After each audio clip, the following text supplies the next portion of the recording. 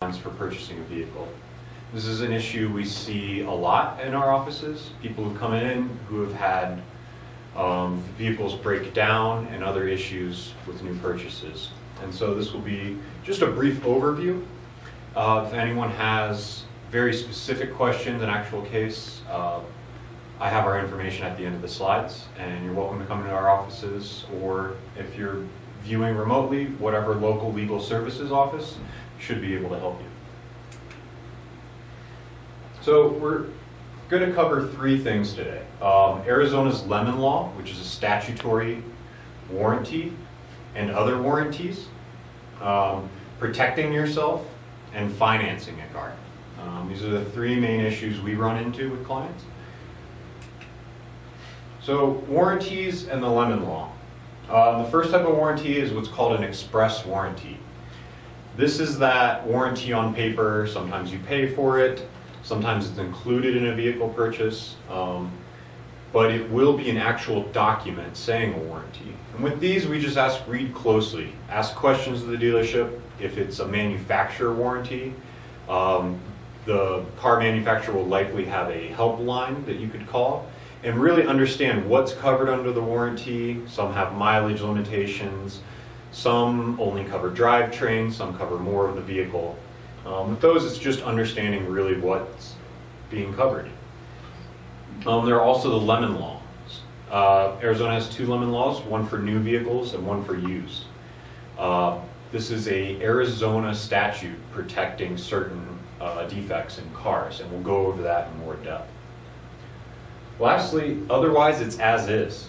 If you don't have an express warranty and the Arizona Lemon Laws don't apply, and you drive that car away and 5 minutes later it breaks down, you're out of luck. It's not covered in these, then it's what's called as is. So Arizona's Lemon Law, there's two variations. There's new or used. It's a self-propelled vehicle meant for highway travel. So we're not looking at boats, we're not looking at camper trailers, ATVs, anything like that. Self-propelled vehicle meant for highway travel. It has to be from a dealer. If you're purchasing a vehicle off of Craigslist from a private seller, that's going to be as is. You can often get really great deals, but you're taking on that risk. It's not purchased for resale. It doesn't mean you can't sell it further down the line, but the idea is that you're not a dealer trying to buy the car to then repair it and sell it, or whatever else. It applies to the consumer and the next purchaser if during the term of warranty. So if you do sell during the terms, which we're going to go over next, this covers the next person as well. So we're going to first look at new cars. Earlier of the manufacturer's warranty, which would be an express warranty, 2 years or 24,000 miles. So we're in northern Arizona, a lot of people drive pretty far to commute. If you're driving more than 24,000 miles, I know people who do that in 6 months, 9 months, the warranty ends then. So it's the shorter. And it has to be a defect that substantially impairs the use and value and does not conform to the express warranty. What this means is this isn't going to cover your windshield wipers. It has to be something that impairs the use and the value of the car. You have to make a report during this period. You can't come back after 2.5 years and say, my alternator went out a year ago and I want you to reimburse me. It has to be a report made during the period. And the manufacturer or dealer, it's usually easier to go to the dealer, can repair, accept the return of the car, or replace it with another new car. Once they've done 4 repair attempts or a total of 30 days of the car out of use, at that point they're going to accept a return or replace. Usually, unless it's something major, they'll try to repair it a few times first, and they have that option.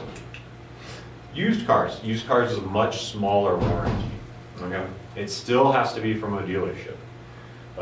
Again, this is not somebody you know or somebody on Craigslist, anything like that. It has to be from a dealership.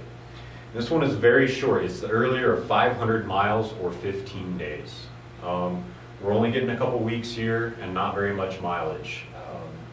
The idea is that it's a used car, it's seen more wear and tear, it might have more things coming up.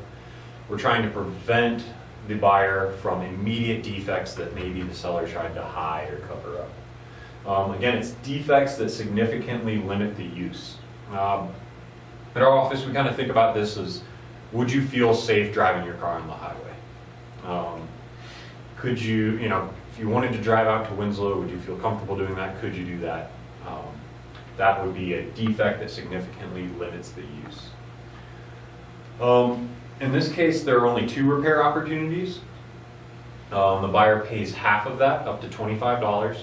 So if it's a repair of less than $50, you'll pay half. If it's more, you'll only pay $25. The maximum liability is the purchase price. That means if everything goes wrong, they can't do anything, you can give the car back and they give you your purchase price back. You're not getting extra damages, anything like that.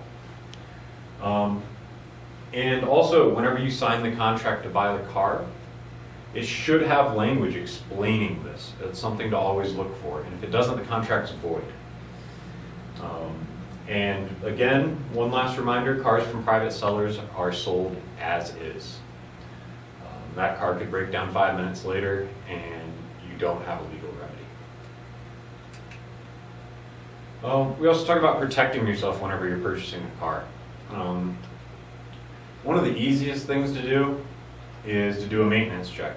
Whenever you're searching for a car, let the dealer know, even if it's a private seller, you can do this, let them know you're interested, you'd like to do a maintenance check.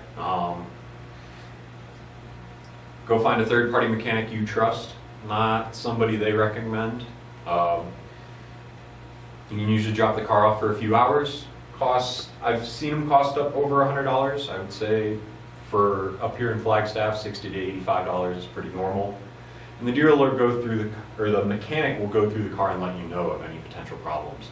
And then you can avoid those problems to begin with by not purchasing the car instead of trying to fix it later.